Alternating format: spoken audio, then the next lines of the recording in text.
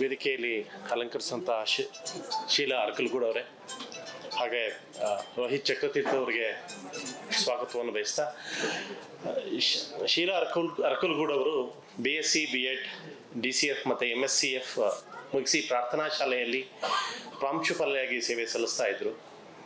ಶೀಲಾ ಅರ್ಕಲ್ಗೂಡ್ ಅವರು ಕನ್ನಡದ ಪ್ರಗತಿಶೀಲ ಕವಿತ್ರಿಯಾಗಿ ಕಾಕಾರ ಕವನದ ಮೂಲಕ ತಮ್ಮ ವಿಶಿಷ್ಟ ಶೈಲಿಯನ್ನು ಪ್ರದರ್ಶಿಸಿದ್ದಾರೆ. ಲಾಕ್ಡೌನ್ ಸಮಯದಲ್ಲಿ ಆರಂಭವಾದ ಆನ್ಲೈನ್ ಸಾಹಿತ್ಯ ಚಟುವಟಿಕೆಗಳ ಮೂಲಕ ಕನ್ನಡ ಸಾಹಿತ್ಯ ಲೋಕದಲ್ಲಿ ತಮ್ಮ ಗುರುತನ್ನು ಮೂಡಿಸಿಕೊಂಡಿದ್ದಾರೆ. ಸಾಸ ಕಾಸ ಬಳಗದ ಮೂಲಕ ಅವರು ಸಾಹಿತ್ಯ ಪ್ರಯಾಣ ಮತ್ತಷ್ಟು ವಿಸ್ತಾರ ಕಂಡಿದೆ.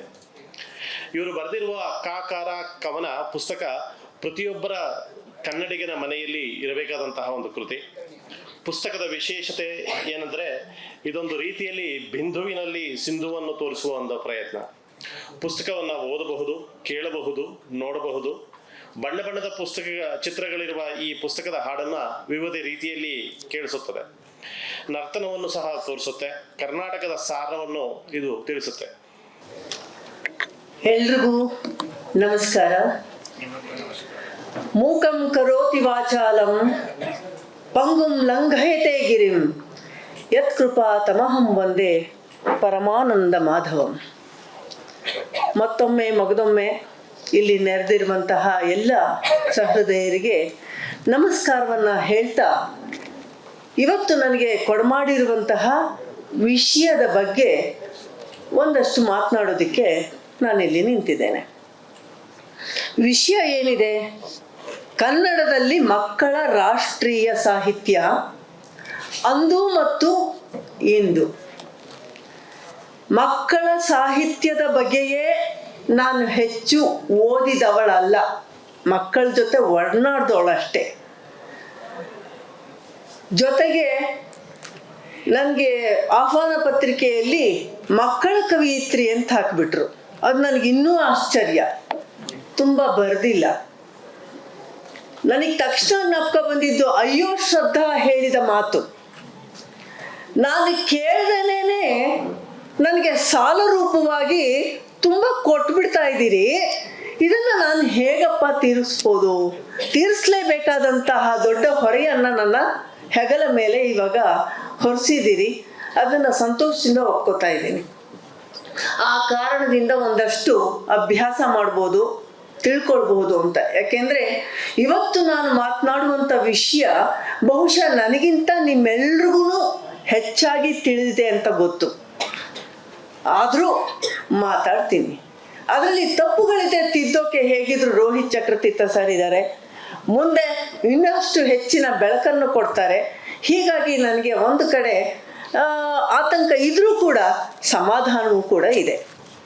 ಈಗ ವಿಷಯಕ್ಕೆ ಬರೋದಾದರೆ, ಕನ್ನಡದಲ್ಲಿ ಮಕ್ಕಳ ರಾಷ್ಟ್ರೀಯ ಸಾಹಿತ್ಯ ಅಂದು ಇಂದು.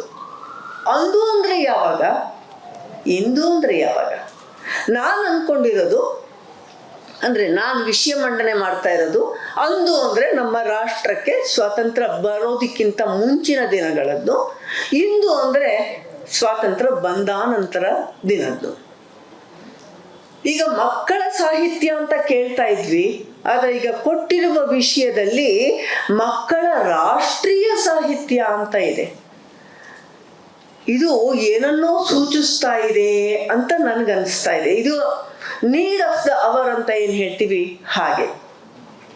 ಆದರೆ ಕುವೆಂಪು ಒಂದು ಕಡೆ ಹೇಳ್ತಾರೆ, ಮಗು ಹುಡ್ತಾ ಹುಡ್ತಾ ವಿಶ್ವ ಮಾನವನಾಗೇ ಹುಟ್ಟಿರ್ತಾನೆ, ಆದರೆ ಪರಿಸರದ ಕಾರಣವಾಗಿ ಬೆಳೀತಾ ಬೆಳೀತಾ ಅಲ್ಪ ಮಾನವನಾಗ್ತಾನೆ. ಹಾಗಾಗದ ಹಾಗೆ ಅವನಲ್ಲಿ ಬರೀ ರಾಷ್ಟ್ರೀಯ ಅಲ್ಲ, ಕಡೆಗೆ ವಿಶ್ವತ್ವ ಭಾವವನ್ನು ಕಡೆ ತನಕ ಉಳಿಸುವಂತಹ ಇವತ್ತು ಜರೂರತ್ತು ನಮಗೆ ಇದೆ ಅನ್ನೋದೇ ಇವತ್ತಿನ ಶೀರ್ಷಿಕೆ ನನಗೆ ಹೇಳ್ತಾ ಇದೆ. ಮಕ್ಕಳ ಸಾಹಿತ್ಯದ ಬಗ್ಗೆ ಹೆಚ್ಚಾಗಿ ಆಲೋಚನೆ ಮಾಡಿದವರು ಮುಂಚೆ ಎಲ್ಲ ಕಡಿಮೆನೆ. ಮಕ್ಕಳು ತಾನೇ ಅದಕ್ಕೇನು ತಿಳಿಯುತ್ತೆ ಬಿಡು ಅಂತ. ಆದರೆ ಇವತ್ತು ಇವರು ಇಟ್ಟಿರೋ ವಿಷಯದಿಂದ ನನಗೆ ಅರ್ಥ ಆಗಿದೆ, ತುಂಬ ಮುಖ್ಯ ಮಕ್ಕಳೇನೆ. ಬಾಲ್ಯದಲ್ಲಿ ನಾವೇನು ಕಲಿಸ್ತೀವೋ ಅದು ಮುಂದೆ ಬೆಳೀತಾ ಹೋಗುತ್ತೆ. ಹಾಗಾಗಿ ಮಕ್ಕಳನ್ನ ನಾವು ಹೇಗೆ ಬೆಳೆಸ್ತೀವಿ, ಯಾವ ಸಾಹಿತ್ಯವನ್ನು ಕೊಡ್ತೀವಿ, ಯಾವ ರೀತಿ ರಾಷ್ಟ್ರೀಯತೆಯನ್ನು ತುಂಬ್ತೀವಿ ಅನ್ನೋದು ಬಹಳ ಮುಖ್ಯ ಅಂತ ನನಗನ್ಸುತ್ತೆ. ನಾನು 2 ಪುಟ್ಟ ಕವನಗಳನ್ನು ಹೇಳ್ತೀನಿ, ನಾನೇ ಬರೆದಿದ್ದು. ಅಂದರೆ ಮಗು ಹೇಗೆ ಆಲೋಚನೆ ಮಾಡುತ್ತೆ, ಅದಕ್ಕೆ ಹಿರಿಯರು ಹೇಗೆ ಸ್ಪಂದಿಸ್ತಾರೆ, ಏನಾಗುತ್ತೆ ಪರಿಣಾಮ ಅಂತ. ಒಂದು ಮಗು ಹೇಳುತ್ತೆ, ಗೋಡೆ ಹಿಡಿದು ನಾನು ಎದ್ದೆ, ಪುಟ್ಟ ಪುಟ್ಟ ಹೆಜ್ಜೆ ನಡೆದೆ, ಕೈಯ ಬಿಟ್ಟು ಕೆಳಗೆ ಬಿದ್ದೆ, ಆದರೇನು ಮತ್ತೆ ಎದ್ದೆ.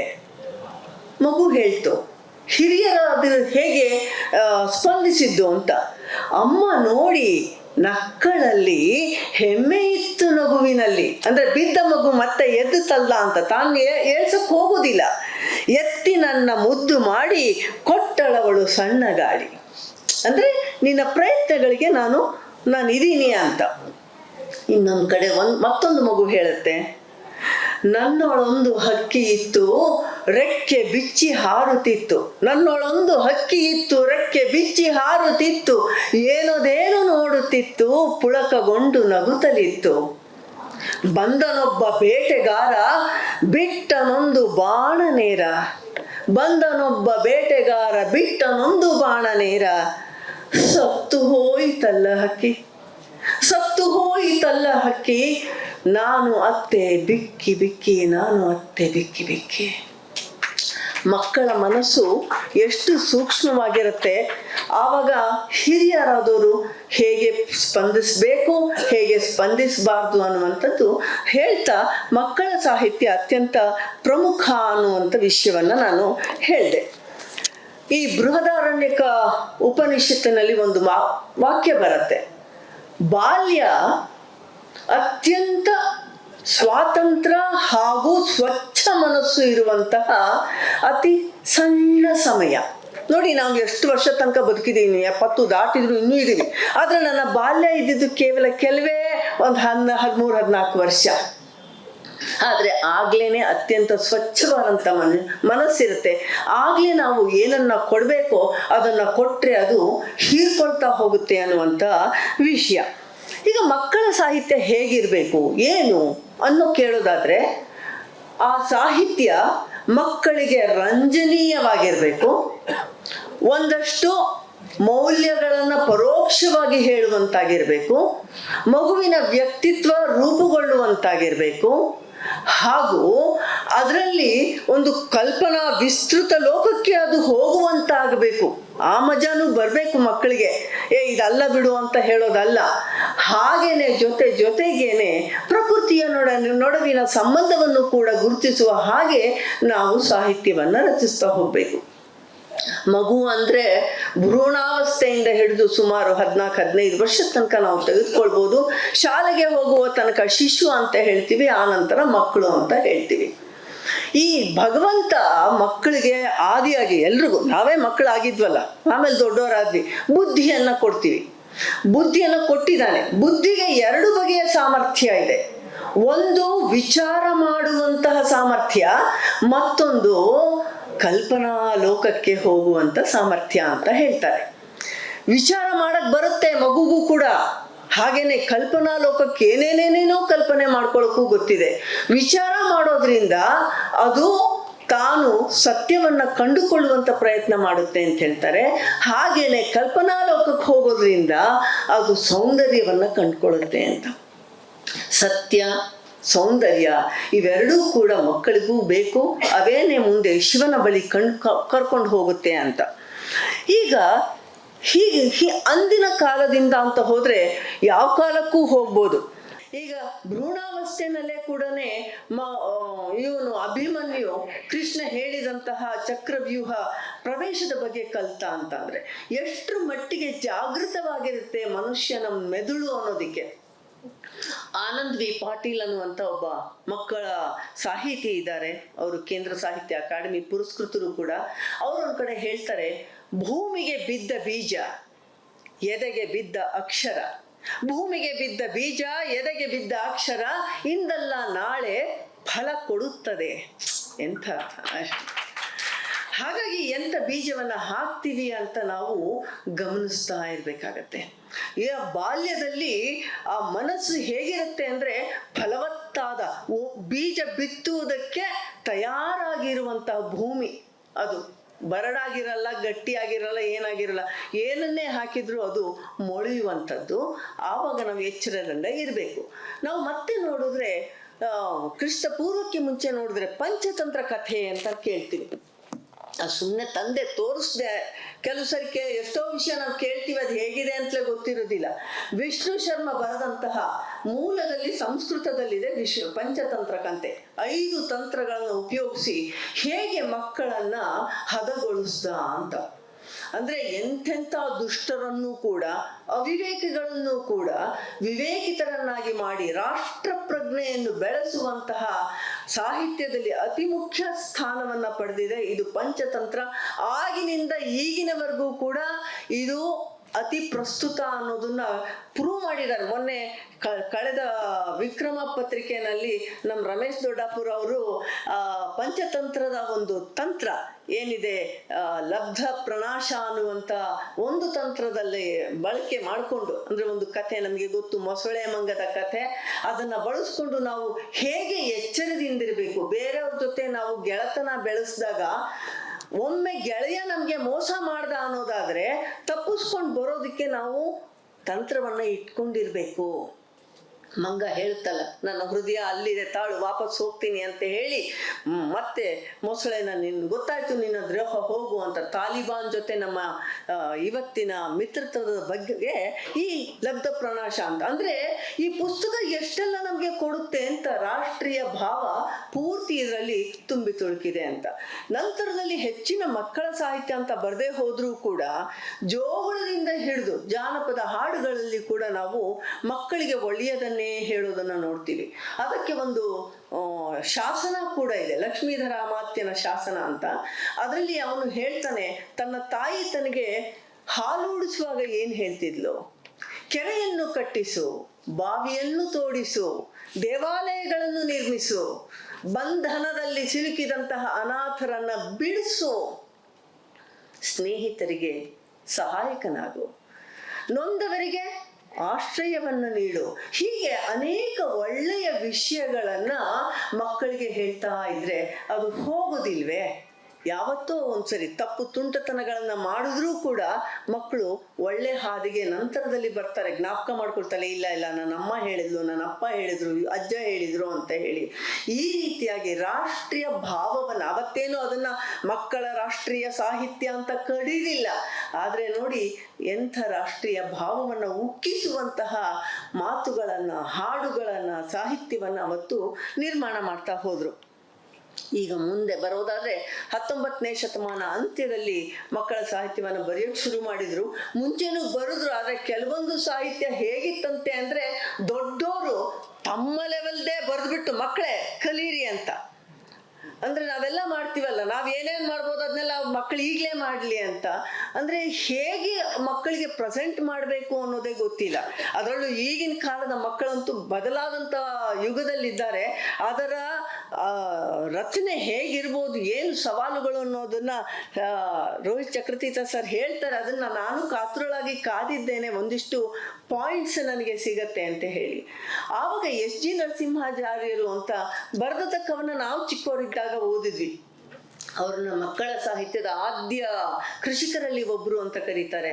ನೀನಾರಿಗಾದೆಯೋ ಎಲೆ ಮಾನವ, ಗೊತ್ತಿದೆ ಅಲ್ವಾ, ಗೋವಿನ ಚರಿತ್ರೆ ಅಂತಲ್ಲ. ಇತ್ತರೆ ಸಗಣಿಯಾದೆ, ತಟ್ಟಿದರೆ ಕುರುಳಾದೆ, ಸುಟ್ಟರೆ ನೊಸಲಿಗೆ ವಿಭೂತಿಯಾದೆ, ತಟ್ಟದೆ ಹಾಕಿದರೆ ಮೇಲು ಗೊಬ್ಬರವಾದೆ, ನೀನಾರಿಗಾದೆಯೋ ಎಲೆ ಮಾನವ. ನನಗೆ ನೆನಪಿದೆ, ಅವದನ್ನ ಹೇಳ್ಕೊಡುವಾಗ ಹೌದಲ್ವಾ, ನಾವು ಬರೀ ನಮ್ಮ ಬಗ್ಗೆ ಆಲೋಚನೆ ಮಾಡಬಾರ್ದು. ವ್ಯಷ್ಟಿ ಪ್ರಜ್ಞೆ ಅಲ್ಲ, ಸಮಷ್ಟಿ ಪ್ರಜ್ಞೆ ಬಹಳ ಮುಖ್ಯ. ಬೇರೆಯವ್ರಿಗೆ ಏನ್ ಮಾಡ್ತೀವಿ ಅನ್ನೋದು ಮುಖ್ಯ ಅಂತ. ನಂತರದ ಬಂದ್ವಿ 20ನೇ ಶತಮಾನದ ಆದಿ ಭಾಗದಲ್ಲಿ ಬಂದ್ರೆ ಅನೇಕರು ಕವನಗಳನ್ನ ಬರೆದ್ರು. ಆದ್ರೆ 3 ಜನರನ್ನ ನಾವು ಮಕ್ಕಳ ಸಾಹಿತ್ಯದ ರತ್ನತ್ರಯರು ಅಂತ ಕರಿತೀವಿ.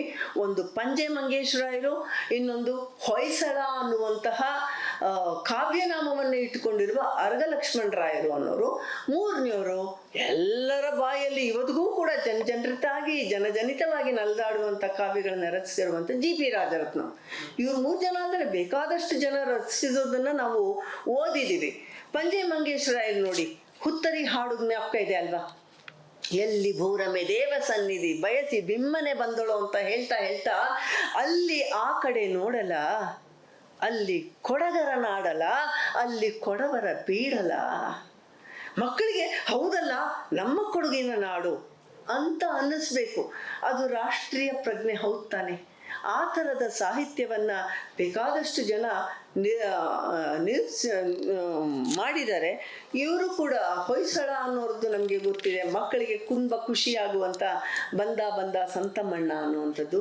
GP ರಾಜರತ್ನಂ ಬರೆದಿರುವಂಥ ಅನೇಕ ಕವಿತೆಗಳು ಎಲ್ಲರ ಬಾಯಲ್ಲಿವೆ. ಅದನ್ನು ಹೇಳ್ತಾ ಕೂತ್ಕೊಂಡ್ರೆ ಟೈಮ್ ಆಗುತ್ತೆ. ಆದರೆ ಒಂದು ಕವನವನ್ನು ನಾನು ಈ ಸಮಯದಲ್ಲಿ ನೆನಪಿಸ್ಕೊಳ್ತಾ GP ರಾಜರತ್ನಂ ಅವ್ರಿಗೆ ಅನಂತ ಕೃತಜ್ಞತೆಗಳನ್ನು ನಾನು ಸಲ್ಲಿಸ್ತೀನಿ. ಯಾಕೆಂದರೆ ಅವರೊಂದು ಬರೀತಾರೆ, 1 2 ಬಾಳೆ ಎಲೆ ಹರಡು, 3 4 ಅನ್ನ ಹಾಕು ಅಂತ. ಅದು ಊಟಕ್ಕೆ ಸೀಮಿತವಾಗಿತ್ತು. ನನಗೆ ಅದು ಪ್ರೇರಣೆ ಕೊಡ್ತು. GP ರಾಜರತ್ನಮ್ಮೇ ನನಗೆ ಪ್ರೇರಣೆ ಕೊಟ್ರೇನೋ ಅನ್ನೋ ಹಾಗೆ ನಾನು ಅದನ್ನು ಸ್ವಲ್ಪ ಬದಲಾಯಿಸಿ ನಾಡಿಗೆ ಭಾಷೆಗೆ ವಿಸ್ತಾರ ಮಾಡಿ 1 2 ಕನ್ನಡ ನಾಡು, 3 4 ಕನ್ನಡ ಬೇಕು, 5 6 ಕಲಿಯುತ್ತಲೇರು, 7 8 ಭಾಷೆಯ ನಂಟು, 9 10 ಕನ್ನಡ ಗೊತ್ತು, 1 ರಿಂದ 10 ಗಮ್ಮತ್ತು, ಕನ್ನಡ ಕಲಿತರೆ ತಾಕತ್ತು, ಕಲಿಯದೆ ಹೋದರೆ ಆಪತ್ತು ಅಂತ ನಾನು ಬರೆದೆ. ಇವತ್ತು ಕೂಡ ಮಕ್ಕಳು ಅದನ್ನ ಹಾಡ್ತಾ ಇದ್ದಾರೆ.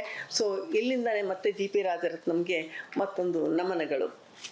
ಇದೆಲ್ಲ ಅಂದು ಅಂತ ಆದರೆ ಈಗ ನಾನು ಇಂದು ಸಾಹಿತ್ಯಕ್ಕೆ ಬರೋಣ.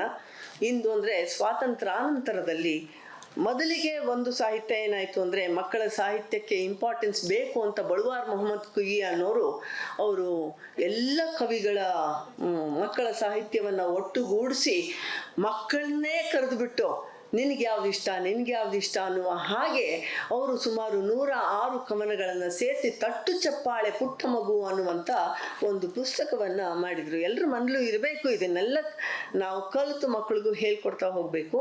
ಅದಕ್ಕೋಸ್ಕರ ತಂದೆ ಅಷ್ಟೇ. ಇದನ್ನು 3 ಭಾಗ ಮಾಡಿದ್ದಾರೆ. 5 ರಿಂದ 7 ವರ್ಷದ ಮಕ್ಕಳಿಗಾಗಿ ಚಿಗುರು ಅಂತ ಹೇಳಿ, 8 ರಿಂದ 10 ವರ್ಷದ ಮಕ್ಕಳಿಗಾಗಿ ಮುಗುಳು ಅಂತ, 10 ವರ್ಷದ ಮೇಲಿನ ಮಕ್ಕಳಿಗಾಗಿ ಮುಗುಳು ಅಂತ ಬೇರೆ ಬೇರೆ ಕವನಗಳು ಇದರಲ್ಲಿ ಇವೆ, ಅವರವರ ಲೆವೆಲ್ಗೆ ಅರ್ಥವಾಗುವ ಹಾಗೆ. ನಂತರ ಬಂದರೆ ತುಂಬ ಮುಖ್ಯ ಆಯಿತು ಈಗ ರಾಷ್ಟ್ರೀಯ ಸಾಹಿತ್ಯ, ಅದರಲ್ಲೂ ಮಕ್ಕಳಿಗೆ ಅಂತ. ಯಾಕಂದರೆ ನಮಗೆಲ್ಲ ಗೊತ್ತಿದೆ, ನಮಗೆ ಸ್ವಾತಂತ್ರ್ಯ ಬಂತು, ರಾಜಕೀಯ ಸ್ವಾತಂತ್ರ್ಯ ಬಂತು ಅಷ್ಟೇ. ನಮ್ಗೆ ಎಲ್ಲ ಬಂತು ಅನ್ನೋ ಹಾಗೆ ನಾವು ಸರ್ವ ಸ್ವತಂತ್ರರಾಗಿರ್ಬೇಕು, ಸ್ವಾವಲಂಬಿಗಳಾಗಬೇಕು, ನಮ್ಮದೇ ಆದಂಥ ಹಳೆಯ ಏನೇನು ಒಳ್ಳೇದಿತ್ತೋ ಅದನ್ನು ಇಟ್ಕೋಬೇಕು, ಎಲ್ಲಿ ಹಾಳಾಗಿದೆಯೋ ಬದಲಾಯಿಸ್ಬೇಕು, ಈ ಚಿಂತನೆಗಳೇ ಇಲ್ಲ. ಎಲ್ಲ ಸ್ವಾತಂತ್ರ್ಯ ಬಂತು ಅಂತ ಕುಣಿದಾಡಿದ್ದು ಎಲ್ಲರೂ ಕೂಡ ತಮ್ಮ ತಮ್ಮ ವೈಯಕ್ತಿಕ ಪ್ರಗತಿ ಬಗ್ಗೆ ಆಲೋಚನೆ ಮಾಡ್ತಾ ಹೋದ್ರು. ಸಮಷ್ಟಿ ಚಿಂತನೆ, ಭಾರತದ ಚಿಂತನೆಯನ್ನೇ ಬಿಡ್ತಾ ಹೋದ್ರು. ಗಾಬರಿ ಆಗುವಷ್ಟು ಎಷ್ಟು ಜನ ಪ್ರಾಣ ತೆತ್ತಿಲ್ಲ ಸ್ವಾತಂತ್ರ್ಯಕ್ಕಾಗಿ, ಎಷ್ಟು ಜನ ಬೇರೆ ಬೇರೆ ಕ್ಷೇತ್ರದಲ್ಲಿ ಹೋರಾಡಿಲ್ಲ, ಅವರೆಲ್ಲರೂ ಮರೆತು ಬಿಟ್ರಲ್ಲ. ಹಾಗಾದ್ರೆ ಇದನ್ನೆಲ್ಲ ನಾವು ಜ್ಞಾಪಿಸೋದಾದ್ರೆ ಯಾರಿಗೆ ಜ್ಞಾಪಿಸ್ಬೇಕು? ಮುಂಬರುವ ಜನಾಂಗ ತಿಳ್ಕೊಳ್ಬೇಕು, ಮಕ್ಕಳಿಗೆ ಏನನ್ನಾದ್ರೂ ಮಾಡಬೇಕು ಅಂತ ಆಲೋಚನೆ ಮಾಡಿದ್ದು RSSನ ಒಂದು ಭಾಗವಾದಂಥ ರಾಷ್ಟ್ರೋತ್ಥಾನ ಪರಿಷತ್ ಅತ್ಯದ್ಭುತವಾದಂಥ ಒಂದು ಕೆಲಸವನ್ನು ಮಾಡಿದೆ. ಅದು ಇಂದಿಗೂ ಕೂಡ ನಾವು ನೆನೆಸ್ಕೊಳ್ಬೇಕು, ರೋಮಾಂಚನ ಆಗತ್ತೆ. ಅವರಲ್ಲಿ ಪಂಡಿತರಾದಂತಹ ಡಾಕ್ಟರ್ LS ಶೇಷಗಿರಿರಾವ್ ಹಾಗೂ ಇನ್ನೊಂದು 3-4 ಜನನ ಸೇರಿಸ್ಕೊಂಡು ಒಂದು ಕಮಿಟಿ ಮಾಡ್ತಾರೆ. ಮಾಡಿಬಿಟ್ಟು ಈ ಮಕ್ಕಳಿಗೆ ನಾವು ಈ ಭಾರತದ ಹಿರಿಮೆ ಗರಿಮೆಗೆ ಕಾರಣವಾದಂತಹ ಎಲ್ಲ ಕ್ಷೇತ್ರಗಳಲ್ಲಿ ಕೆಲಸ ಮಾಡಿದಂಥ ಜನರ ಬಗ್ಗೆ ತಿಳುವಳಿಕೆ ಕೊಡಬೇಕು, ಏನಾದರೂ ಮಾಡೋಣ. ಸೇರ್ಕೋತಾರೆ, ಒಂದಷ್ಟು ಸೂತ್ರಗಳನ್ನು ಹಾಕೋತಾರೆ. ಏನಂತ? ಭಾಷೆ ಸರಳವಾಗಿರ್ಬೇಕು. 10-12 ವಯಸ್ಸಿನ ಮಕ್ಕಳು ಓದಿದ್ರೆ ಹಿರಿಯರ ನೆರವಿಲ್ಲದೆ ತಮಗೆ ತಾವೇ ಅರ್ಥ ಮಾಡ್ಕೊಳ್ಬೇಕು. ಪುಟ್ಟದಾಗಿರ್ಬೇಕು, ಬಣ್ಣದ ಚಿತ್ರ ಮೇಲೆ ಕಾಣಿಸ್ತಾ ಇರಬೇಕು, ಕೈಲಿ ಹಿಡ್ಕೊಂಡು ಆಟ ಸಾಮಾನು ತಗಳ ಅಲ್ಲಿ ಇಲ್ಲಿ ಓಡಾಡ್ತಾ ಇರಬೇಕು. ಹೀಗೆ ಮತ್ತೆ ಒಂದಷ್ಟು ಚಿತ್ರಗಳು ಇರಬೇಕು, ಯಾಕೆ ಚಿತ್ರ ಮಕ್ಕಳನ್ನ ಆಕರ್ಷಿಸುತ್ತವೆ. ಹೀಗೆಲ್ಲ ಅಂದ್ಕೊಂಡು ಸೂತ್ರವನ್ನ ಮಾಡಿಬಿಟ್ಟು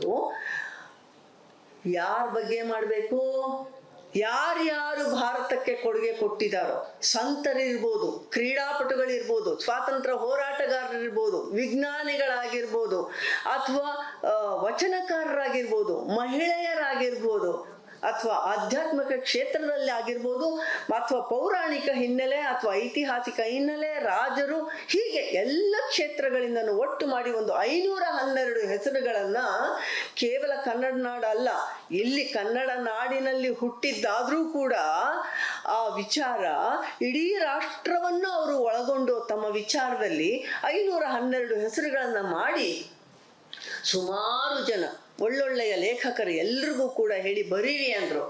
ಯಾರಿಗೂ ಕಲ್ಪನೆ ಇಲ್ಲ ಹೇಗ್ ಬರೆಯೋದು, ಮಕ್ಕಳ ಸಾಹಿತ್ಯ. ದೊಡ್ಡ ಕೆಲವರಂತೂ ದಪ್ಪ ಪುಸ್ತಕ ಬರೆದು ಕಳ್ಸಿದ್ರು. ಅಂದ್ರೆ ನಮ್ಗೆಲ್ಲ ಗೊತ್ತಿದೆಯಲ್ಲ, ನಮ್ಗೆ ಒಂಥರ ಮಕ್ಕಳು ಅಂದ್ರೆ ಎಲ್ಲಾರು ಮಕ್ಕಳು ಮಾಡ್ಬಿಡ್ಬೇಕು. ನನಗಾಗ್ಲಿಲ್ಲಮ್ಮ, ನನ್ನ ಕೈಲಂತೂ ಆಗ್ಲಿಲ್ಲ, ನೀ ಮಾಡು, ನನ್ನ ಕೈಲಾಗ್ಲಿಲ್ಲ, ನೀನ್ ಮಾಡು, ಅರೆ ಮಾಡು ನೀನುವೆ, ನೀನ್ ಮಾಡಿದ್ರೆ ನೋಡ್ ಕಲಿತಾರೆ ಅನ್ನೋದು ಬಿಟ್ಟಿತ್ತು. ಹಾಗಾಗಿ ಅವಾಗ ಬಹಳ ಕಷ್ಟ ಇತ್ತು. ಆದ್ರೆ ಬಿಡದ ಹಠದಿಂದ ಒಂದೇ ಸಮನೆ ಮತ್ತೆ ಮತ್ತೆ ಅವ್ರ ಹತ್ರ ಬರೆಸ್ತಾ ಸುಂದರವಾದಂಥ ಭಾರತಿ ಪುಸ್ತಕ ಸಂಪದ ಅನ್ನುವಂಥ ಇಂಥ ಪುಟ್ಟ ಪುಟ್ಟ ಪುಸ್ತಕಗಳನ್ನು ಅವರು ತಯಾರು ಮಾಡ್ತಾ ಹೋದ್ರು. ಸುಮಾರು 8 ವರ್ಷ 67 ದಿನಗಳು ತಗೊಳ್ತವೆ. ಕ್ರಮೇಣ ಹತ್ತತ್ತೆ ಬಿಡುಗಡೆ ಮಾಡ್ತಾ ಹೋಗ್ತಾರೆ. ನಮ್ಮ ಹೆಮ್ಮೆಯ ನಮ್ಮ ಬೆಂಗಳೂರಿನ ಅಖಿಲ ಭಾರತೀಯ ಸಾಹಿತ್ಯ ಪರಿಷತ್ತಿನ ಅಧ್ಯಕ್ಷರಾದಂಥ MS ನರಸಿಂಹಮೂರ್ತಿ ಅವರು ಬರೆದಿರುವಂಥ 4 ಪುಸ್ತಕಗಳಲ್ಲಿ 2 ತೋರಿಸ್ತಾ ಇದ್ದೀನಿ. ಒಂದು ಬಾಲಗಂಗಾಧರ್ ತರ ಹಾಗೂ ಮೇಡಮ್ ಕಾಮಾ ಬಗ್ಗೆ MSN ಬರೆದಿದ್ದು ಅವರು ಕಾಲೇಜಿನ ವಿದ್ಯಾರ್ಥಿ ಆದಾಗ, ಹುಡುಗ ಆಗಿದ್ದಾಗ ಆ ಸಮಯದಲ್ಲೂ ಕೂಡ ಬರ್ಸಿದ್ದಾರೆ. ಅಂದ್ರೆ ಎಷ್ಟು ಒಳ್ಳೆಯ ಕೆಲಸಗಳನ್ನ ರಾಷ್ಟ್ರೋತ್ಥಾನ ಪರಿಷತ್ ಮಾಡ್ತು.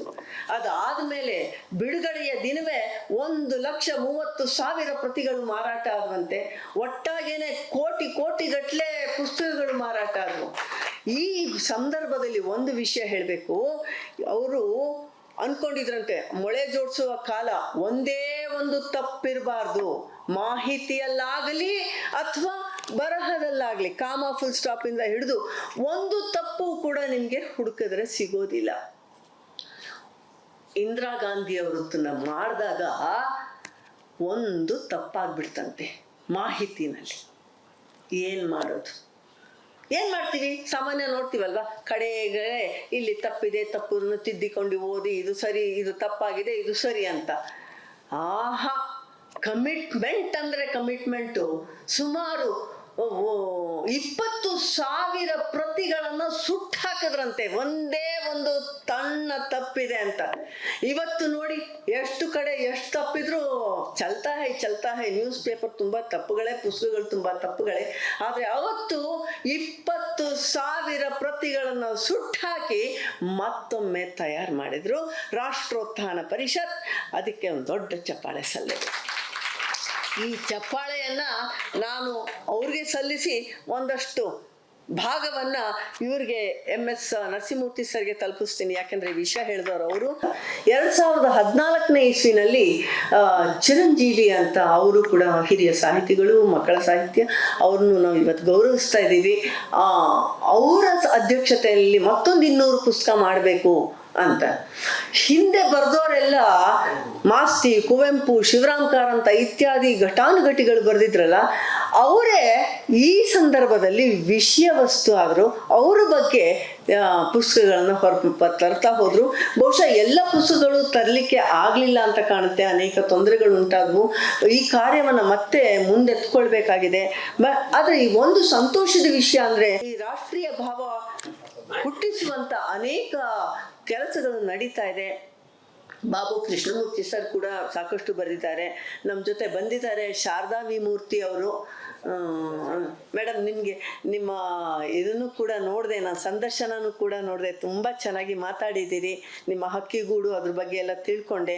ಅವರು 50 ಪುಸ್ತಕಗಳಿಗೂ ಮಿಕ್ಕಿ ಬರೆದಿದ್ದಾರೆ. ಅವ್ರಿಗೂ ಕೂಡ ನಾವು ಇವತ್ತು ಸನ್ಮಾನ ಮಾಡ್ತಾ ಇದ್ದೀವಿ. ಆಮೇಲೆ ನಮ್ಗೆ ತುಂಬ ಸಂತೋಷ ಆಗಿದ್ದು ಅಂದರೆ ದ ನ್ಯೂ NCERT ಬುಕ್ಸಲ್ಲಿ ಈ ವರ್ಷ ಬರ್ತಾ ಇರುವ ಪುಸ್ತಕದಲ್ಲಿ, ಗೊತ್ತಿಲ್ಲ ಇದು ಎಷ್ಟರ ಮಟ್ಟಿಗೆ ಸರಿ ಅಂತ ನಾನು ನೋಡಬೇಕಾಗಿದೆ, ಅಲ್ಲಿ ಸ್ವಲ್ಪ ವಿಷಯವನ್ನು ಬೇರೆ ಮಾಡ್ತಾ ಇದ್ದಾರಂತೆ. ಒಂಥರ ನಮ್ಮ ಹೆಮ್ಮೆ ತರುವಂಥ ವಿಷಯಗಳನ್ನ ಇಂಟ್ರೊಡ್ಯೂಸ್ ಮಾಡ್ತಾ ಇದ್ದಾರಂತೆ. ಒಟ್ಟಾರೆಯಾಗಿ ನಮ್ಮ ಚಟುವಟಿಕೆ ಹೇಗಿರಬೇಕು ಅಂದರೆ, ಕುವೆಂಪು ಹೇಳುವ ಹಾಗೆ, ಮಕ್ಕಳ ಸಂಘದೊಳೆಚ್ಚರಗೊಳ್ಳಲಿ ಆನಂದದ ದಿವ್ಯ ಶಿಶು. ಮಕ್ಕಳಿಗೆ ಆನಂದ ಆಗಬೇಕು. ಮಕ್ಕಳ ಸಂಘದೊಳೆಚ್ಚರಗೊಳ್ಳಲಿ ಆನಂದದ ಆ ದಿವ್ಯ ಶಿಶು. ಹಾಡಲಿ ಕುಣಿಯಲಿ ಹಾರಲಿ ಏರಲಿ, ಹಾಡಲಿ ಕುಣಿಯಲಿ ಹಾರಲಿ ಏರಲಿ, ದೈವಿಜತ್ವಕ್ಕೆ ಈ ಮನುಜ ಪಶು. ನಾವೆಲ್ಲ ಮನುಜ ಪಶುಗಳು. ಆ ಸಾಹಿತ್ಯದ ಕಾರಣವಾಗಿ ದೈವತ್ವಕ್ಕೆ ಏರಬೇಕು ಅಂತ ಹೇಳ್ತಾ, ಆ ನಿಟ್ಟಿನಲ್ಲಿ ನಾವಷ್ಟು ಜಾಗೃತರಾಗೋಣ.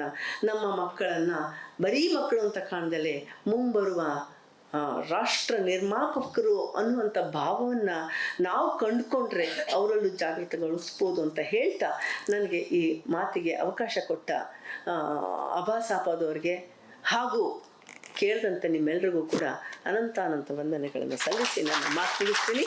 ನಮಸ್ಕಾರ.